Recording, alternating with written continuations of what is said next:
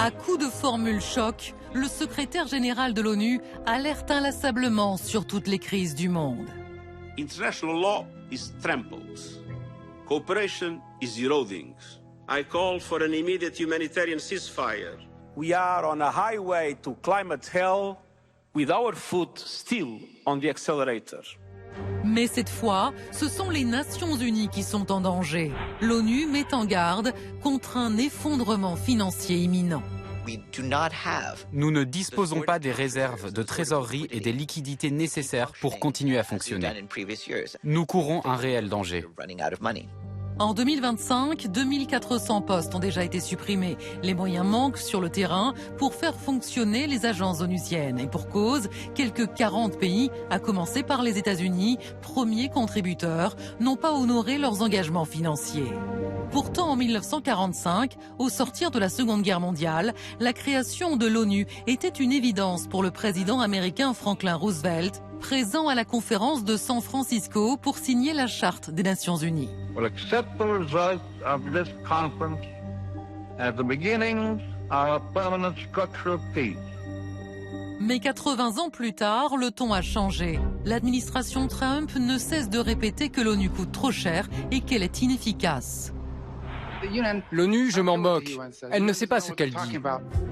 Donald Trump a même lancé le mois dernier à Davos un conseil de la paix destiné à œuvrer à Gaza dans un premier temps.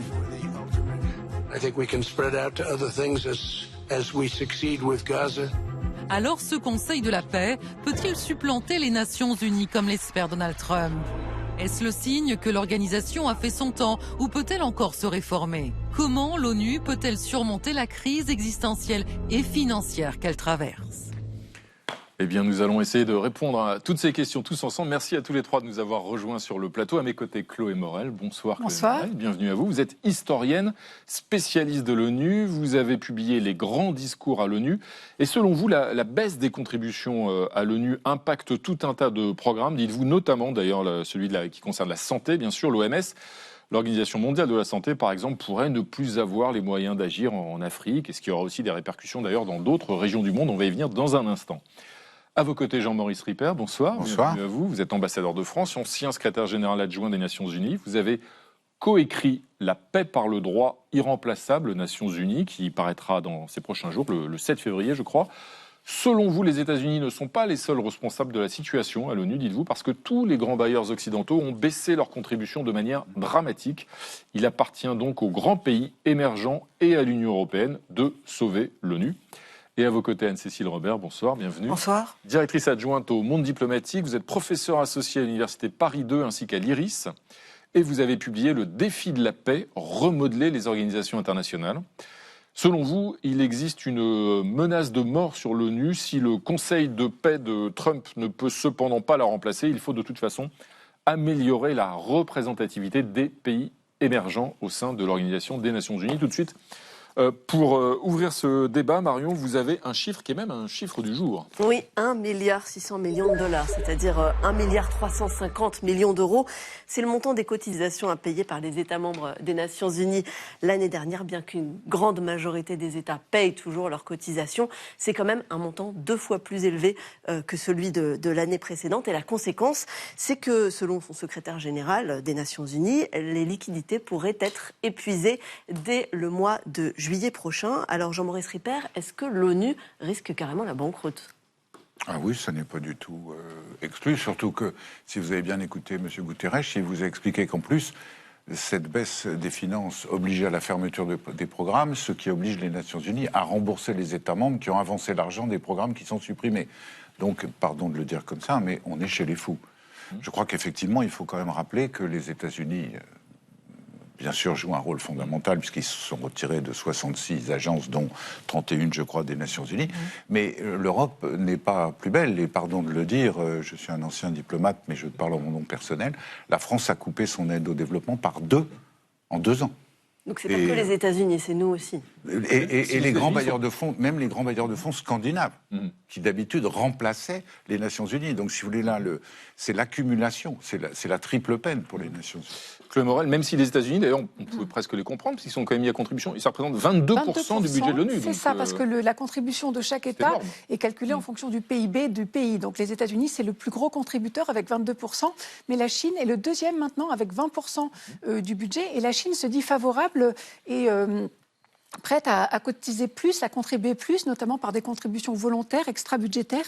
Mais ça voudrait dire aussi qu'elle a une influence croissante. C'est déjà le cas à l'UNESCO. Si vous contribuez davantage par ces contributions volontaires, ça veut dire que vous pouvez en quelque sorte établir une partie de l'ordre du jour. On peut choisir à quoi va servir ce budget extra-budgétaire. Donc ça donne à la Chine une influence croissante.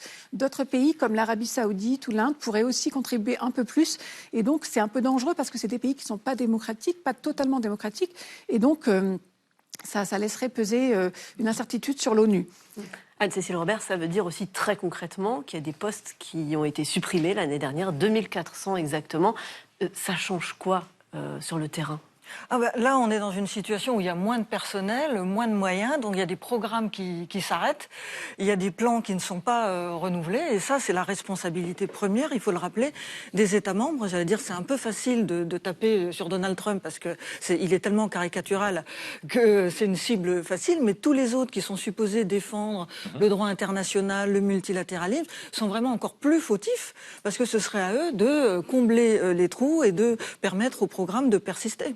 Alors vous le disiez, et Jean-Maurice Ripper aussi, il y a une responsabilité occidentale en général, des principaux contributeurs, dont la France d'ailleurs, vous le rappeliez, et pas seulement occidentale. Oui. Mais pour en revenir un instant quand même à Donald Trump aux États-Unis, il y a une particularité, c'est que de surcroît, les États-Unis, eux, se retirent d'un grand nombre d'organisations. Je pense à l'UNESCO, par exemple, dont le retrait américain est annoncé pour la fin de l'année, c'est ça ? Ça peut mettre en péril l'UNESCO ? Le paradoxe de l'UNESCO, c'est que l'UNESCO s'y attendait, et tous les gens de l'UNESCO vous diront qu'en réalité, la perte du budget américain, qui n'avait pas été recomplété d'ailleurs par Obama après les premières chutes, la perte avait été provisionnée. Donc paradoxalement, c'est pas l'UNESCO qui souffre le plus. Ce qu'il faut rappeler quand même, et c'est ça qui est important, les critiques de Donald Trump portent sur l'ONU politique.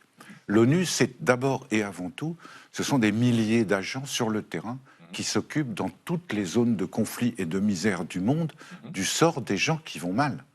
Et donc aujourd'hui, quand on dit supprimer les programmes de l'OMS, supprimer les programmes du Haut Commissariat pour les réfugiés, c'est une action humanitaire, c'est pas une action politique, vous voulez dire. On estime idéologique. Le plan d'urgence pour 2025 des Nations Unies a été coupé de 60% à cause de toutes ces baisses de l'ensemble du monde et pas seulement de l'Occident, quoi que ça veuille dire.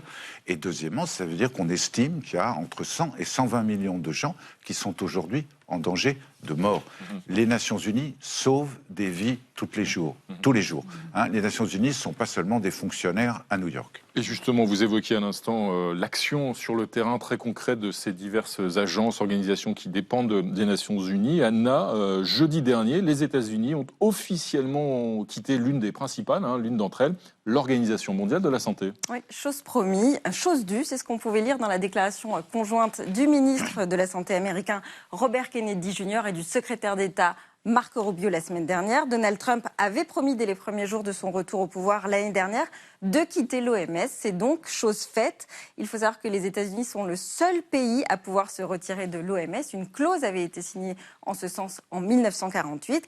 Puis il fallait respecter tout de même deux conditions. La première, un préavis d'1 an entre l'annonce et le retrait. Ça s'est fait. Et la seconde, c'est de régler ses dettes. Sauf qu'à ce jour, l'ardoise des États-Unis s'élève à 260 millions de dollars et ils ne comptent absolument pas la solder. L'administration américaine considère que l'OMS a fait preuve de défaillance pendant la pandémie de Covid-19, qu'elle a entravé, je cite, le partage d'informations cruciales qui auraient pu sauver la vie d'Américains et qu'elle a donc agi contre les intérêts des États-Unis.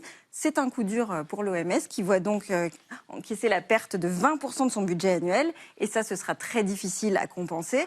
Mais c'est un retrait qui met aussi à mal la collaboration scientifique mondiale sur la santé et le partage de données qui permettent notamment d'anticiper les grandes épidémies, les pandémies. Le directeur de l'OMS a d'ailleurs tenu à rappeler que ce retrait mettait en danger non seulement la santé des Américains, mais aussi celle du reste du monde. Chloé Morel, quel impact concret ça peut avoir sur la santé, ce retrait des États-Unis, et surtout, peut-on faire sans les États-Unis aujourd'hui ? Aujourd'hui, on dit la santé globale, la santé mondiale. Ça veut dire que si il y a des problèmes de santé qu'on laisse s'aggraver dans certaines régions ou d'Afrique ou d'Asie, ça peut impacter le monde entier maintenant avec tous les transports aériens. Mais plus largement, l'ONU aujourd'hui est beaucoup court-circuité, marginalisé par d'autres instances comme le G7, le G20, l'OCDE, le Forum de Davos. Aujourd'hui, il y a quelques jours, plus efficaces, ils sont plus médiatisés. Il y a un problème de communication, de médiatisation de l'ONU. Tout ce qu'elle fait, qui est très important au niveau humanitaire, n'est pas assez médiatisé. On entend le secrétaire général seulement déplorer les situations graves, mais pas faire des propositions, initiatives et des constats de ce qui a été fait de positif. Donc il y a beaucoup d'instances comme le G7, le G20, Davos ou d'autres qui marginalisent. Il y a un discours un peu trop plaintif du secrétaire général de l'ONU, Antonio Guterres. Et en plus, toutes ces autres instances sont moins démocratiques que l'ONU, moins universelles. L'ONU, c'est la seule instance qui est démocratique, avec à chaque État égale une voix à l'Assemblée générale, et il y a 193 États membres. Donc c'est vraiment l'instance la plus universelle. C'est très important de la valoriser et de l'utiliser. Alors Cécile Robert, c'est vrai que l'ONU, c'est plein d'agences différentes. On parlait de l'OMS, il y a aussi le HCR, le Haut Commissariat aux réfugiés, qui concerne quand même 117 millions de personnes dans le monde. Qu'est-ce que ça peut vouloir dire pour ces personnes-là, pour ces réfugiés, pour ces déplacés ? Pour terminer sur l'OMS, il faut ajouter un autre danger, c'est que si ce n'est pas les pouvoirs publics qui financent, on va avoir des firmes privées. Et on sait que par exemple la Fondation Gates finance beaucoup de l'OMS, ce qui peut induire un mélange des genres qui n'est pas forcément favorable à la protection des populations. Et ça, c'est vraiment devant nous. Et on sait qu'il y a de gros marchés sur les vaccins, des choses comme ça. Et on a tout intérêt à ce que ce soit des pouvoirs publics, même Chancelant, qui supervise ça, que des fondations privées. Et sur les réfugiés ? Et sur les réfugiés, c'est fondamental. Et c'est là qu'il faut quand même souligner que les États-Unis font une erreur colossale. Trump, en disant l'ONU m'embête, elle est inefficace, en fait, il oublie que l'ONU rend service aux États-Unis. Et que c'est pour ça que les États-Unis ont poussé à la création de l'ONU en 1945. C'est qu'avoir une organisation internationale qui s'occupe des réfugiés, qui s'occupe de la santé, ça stabilise le monde. Ça régule. Ça limite les migrations, oui, ça contrôle, ça régule. Et donc là, en fait, en pensant résoudre un problème, il va en fait en créer un autre. Parce que toutes grandes puissances que sont les États-Unis, ils ont quand même besoin qu'il y ait des règles du jeu, que ça se stabilise, que les États coopèrent. Donc en fait, c'est vraiment une politique illusoire que mène Donald Trump. Et pourtant, ils restent les premiers contributeurs sur ce sujet-là aussi. Sur les réfugiés aussi. Oui. Pardon, juste j'ai un léger point de désaccord là-dessus. Je pense qu'un des problèmes des Nations Unies, et une des critiques qu'on leur a faites sur l'ensemble de leur activité, c'est de fonctionner en circuit fermé et d'être une instance de gouvernement. C'est ce que vous disent tous les réalistes. Aujourd'hui, il n'y a plus que ça qui compte, les rapports entre gouvernements, les rapports de force, etc. Moi, je ne suis pas tout à fait sûr. Je pense qu'au contraire, c'est par l'ouverture que les Nations Unies sont les plus efficaces et que les citoyens du monde s'engageront à défendre le système multilatéral. Regardez ce qui se passe dans le domaine du climat et de la protection de l'environnement. C'est l'ouverture au monde, à la société civile. COVAX, qui est le vaccin qui a été distribué quand même à des milliards de doses dans le tiers-monde, ça n'a été possible que parce qu'il y avait la convergence de l'UNICEF, de l'OMS, des États-Unis, de l'Union européenne, de la Fondation Gates et de la Fondation Clinton. C'est-à-dire qu'en réalité, la Fondation Clinton et la Fondation Gates ont apporté à l'OMS presque plus d'argent que le gouvernement des États-Unis depuis 20 ans. Après, il ne faut pas confondre ONG et entreprise. Non, mais je pense qu'on ne se passera pas du monde de l'entreprise. C'est un peu ça le problème. Et depuis le pacte global de Kofi Annan, on a un mélange des genres avec les entreprises.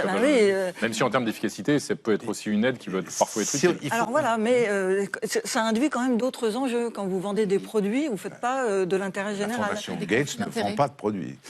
Non, elle est liée notamment en Afrique, à Monsanto. Ah bah oui, et quand ils ont... Bah oui, non mais c'est ça le mélange des genres. C'est qu'ils viennent apporter de l'aide, mais en même temps, comme ils sont dans le domaine de l'entreprise, ils défendent aussi des choses qui n'ont rien à voir, comme les gouvernements dans le monde. Si on peut décider de se passer des entreprises. Sauf qu'on peut renverser un gouvernement. On peut renverser un gouvernement, on ne peut pas renverser une entreprise. En attendant de se passer de l'un ou de l'autre, on va continuer de s'interroger sur savoir à quoi sert l'ONU très concrètement. Par exemple, l'ONU, ça sert à envoyer des forces d'interposition dans des zones de conflit pour protéger les populations civiles ou garantir le maintien de la paix. Notre archive du jour nous ramène 20 ans en arrière et revient sur un demi-siècle d'engagement des fameux casques bleus. Les premières unités onusiennes ont atterri à Ismaïlia. L'ONU a maintenant pris en main le problème du canal. Le monde attend la suite. 1956, la crise du canal de Suez. C'est la première intervention des troupes aux couleurs de l'ONU, la première d'une longue série de 60 opérations à travers le monde avec toujours le même but, maintenir la paix ou empêcher une guerre. En 50 ans d'histoire, les casques bleus comptent cependant à leur actif quelques succès même limités comme en Sierra Leone ou comme ici au Cambodge, lors du désarmement des factions armées. Et durant ces 50 années, plus de 2000 casques bleus ont perdu leur vie en opération. Alors Jean-Maurice Ripert, aujourd'hui il y a 11 opérations de maintien de la paix encore en cours, RDC, Sud-Liban, Centrafrique, etc. Et pourtant on a toujours l'impression que les Nations Unies échouent à empêcher, à arrêter les guerres. Il y a une forme d'impuissance malgré tout ? D'abord, il va y en avoir de moins en moins à cause des coupures financières dont on parlait. On va voir la différence. La question n'est pas là. Qui s'occupe aujourd'hui des centaines de milliers de réfugiés dans l'est du Congo qui sont là depuis 30 ans à cause des guerres internes au Congo démocratique d'abord, puis après par l'occupation quasi militaire du Rwanda dans l'est du Congo. Qui s'occupe des réfugiés en Birmanie? Qui s'occupe de la ligne de démarcation au nord d'Israël et du Liban? Qui s'occupait de Gaza avant que la guerre n'éclate il y a quelques années? Les Nations Unies.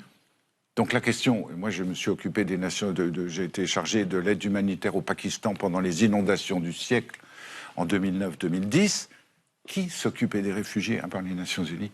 Donc quand il n'y aura plus ces opérations de maintien de la paix, n'oubliez pas qu'il ne faut pas confondre le maintien de la paix et le rétablissement de la paix. Oui. Si nous voulons le rétablissement de la paix, alors il faut des soldats qui se battent. Regardez ce qui s'est passé quand le président de la République, je ne porte pas de jugement politique, a dit que peut-être il allait falloir se battre. Mais ça, c'est pas la mission des casques bleus, très concrètement. Non. On parle justement d'une baisse des effectifs, Chloé Morel, 25% des casques bleus dans le monde. Est-ce qu'on va forcément vers une aggravation des conflits? Oui, ça serait une aggravation des conflits au quotidien, sur le terrain. Mais ce qui bloque souvent l'ONU pour être efficace, pour maintenir la paix ou rétablir la paix, c'est le droit de veto, malheureusement, qui est un privilège qui est détenu par 5 États membres permanents du Conseil de sécurité, la France, les États-Unis, le Royaume-Uni, la Chine et la Russie. Et ça, c'est un privilège qui est maintenant anachronique, aujourd'hui, 80 ans après. Il faudrait supprimer le droit de veto pour que l'ONU fonctionne mieux. Oui. La France a proposé aucun de le suspendre de ceux qui le détiennent depuis 2013. Non, ils sont pas prêts. La France l'a proposé depuis 2013, suivi par plus de 100 pays en développement, 100 pays du Sud, de le suspendre en cas où on traite de situations où des crimes de masse sont en cours. Donc c'est le cas aujourd'hui. Et en fait, ce veto, il a été utilisé plus de 300 fois depuis le début de la création de l'ONU. Et ça a souvent paralysé l'ONU, l'a bloqué en bien des fois, même pour se réformer elle-même, pour réformer la charte, pour changer les mécanismes. En particulier les États-Unis d'un côté, la Russie de l'autre. Les États-Unis peuvent tout le temps, ils ont utilisé 90 fois environ les États-Unis. Et les 5 pays qui ont le droit de veto ne représentent plus que 25% de la population mondiale. Donc c'est disproportionné, ça ne représente pas toute la population mondiale. Depuis les années 60, l'ONU s'est élargie aux pays du Sud. Et donc il y a plus de pays du Sud que de pays occidentaux maintenant à l'ONU. Anne-Cécile Robert, cette ouverture justement de l'ONU, notamment aux pays du Sud, pour sortir de ce monde en fait né de l'après-guerre, né de 1945. Je crois que c'est fondamental. Cela étant, je ne pense pas que la suppression du droit de veto résoudra quoi que ce soit, parce que le problème auquel on est confronté aujourd'hui, c'est un problème politique. C'est-à-dire veto ou pas, quelle que soit la procédure que vous changez, si vous n'avez pas d'espace public, si vous n'avez pas d'espace commun, si les États n'ont pas envie de coopérer, ça sera bloqué. Et c'est ça qu'il faut résoudre aujourd'hui, recréer de l'envie de coopération, de l'envie de travailler ensemble. Et on n'y est pas du tout. On est parti au contraire dans des logiques de fractionnement où les États préfèrent résoudre par des rapports de force leurs différends. Il y a un vrai travail politique, diplomatique. Je trouve qu'il n'y a pas assez de diplomates sur le devant de la scène en ce moment. Trop de militaires et pas assez de diplomates pour résoudre ce problème de fracture fondamentale de l'espace public. Alors c'est vrai que l'ONU, il a été très critiqué depuis les années 60 et le machin de Gaulle, il l'est encore aujourd'hui. Et puis on voit Donald Trump qui propose un conseil de la paix qui était au départ destiné seulement au Proche-Orient, qui semble vouloir élargir à plusieurs opérations, à plusieurs terrains dans le monde. Est-ce que ça peut devenir, Jean-Maurice Ripert, une organisation alternative, un ONU bis? Écoutez, ce serait une bouffonnerie si ça n'était pas tragique.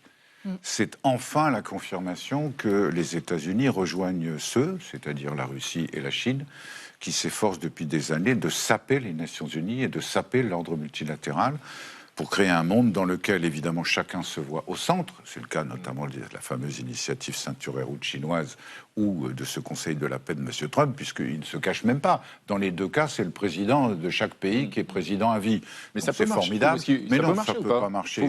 On peut le prendre aussi légèrement, avec une forme de dérision. 22 pays dont la moitié sont des dictateurs ou des autocrates, avec qui doivent payer pour des siéger. petits nains, et qui en plus, est-ce que ça peut marcher pour achever l'ONU? 125 millions de dollars. Est-ce qu'à défaut de construire quoi que ce soit d'alternatif, est-ce que ça peut fonctionner pour achever l'ONU en quelque sorte? Oui, alors c'est tout le problème, parce que moi personnellement je suis convaincu que le problème c'est la convergence aujourd'hui de l'action des trois anciennes superpuissances qui veulent détruire l'ordre international pour en refabriquer un, s'il le faut en s'entendant entre elles, partager le monde en 3 ou en 2, parce qu'il ne faut pas oublier que, et à Moscou et à Pékin, le rêve, c'est de recréer un monde bipolaire avec les États-Unis. Là, la Chine et la Russie ne sont pas tout à fait dans le même camp.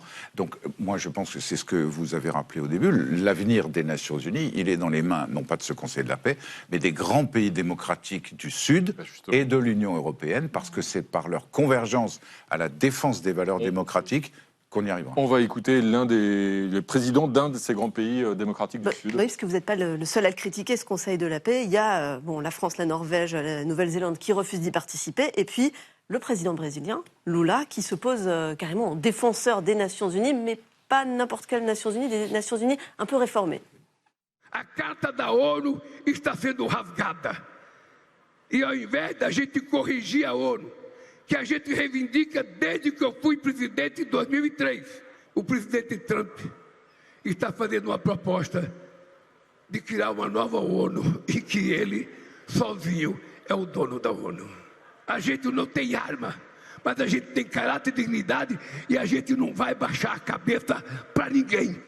Alors Chloé Morel, on parlait tout à l'heure de la réforme du droit de veto, mais il y a d'autres pistes de réforme possibles, politiques et financières peut-être? Oui, il faudrait aussi que l'ONU ait plus de pouvoir, arrive à mieux faire respecter la charte ou ces grandes conventions, comme la Convention internationale des droits des migrants, qui est bafouée aux États-Unis aujourd'hui, par exemple, par Trump, ou la Convention internationale des droits de l'enfant de 1989, qui est aussi bafouée dans beaucoup de pays. Donc en fait, l'ONU a fait beaucoup de textes très progressistes, mais souvent, ils ne sont pas respectés parce que les États l'ont pas ratifié ou refusent de le... Et rien ne se passe, en fait. Donc, l'ONU n'arrive pas à faire respecter ses grands textes, sa charte, etc. Il faudrait que, au lieu de rester lettre morte, tous ces grands principes soient vraiment avec un pouvoir de sanction, par exemple, sanctions financières pour des pays qui ne le respectent pas. Ça permettrait d'accroître ses réserves d'argent, par exemple. Merci à tous les trois d'être venus débattre ce soir sur le plateau de 28 minutes pour essayer en quelque sorte de rafistoler, de sauver, de conforter le machin, comme disait le général.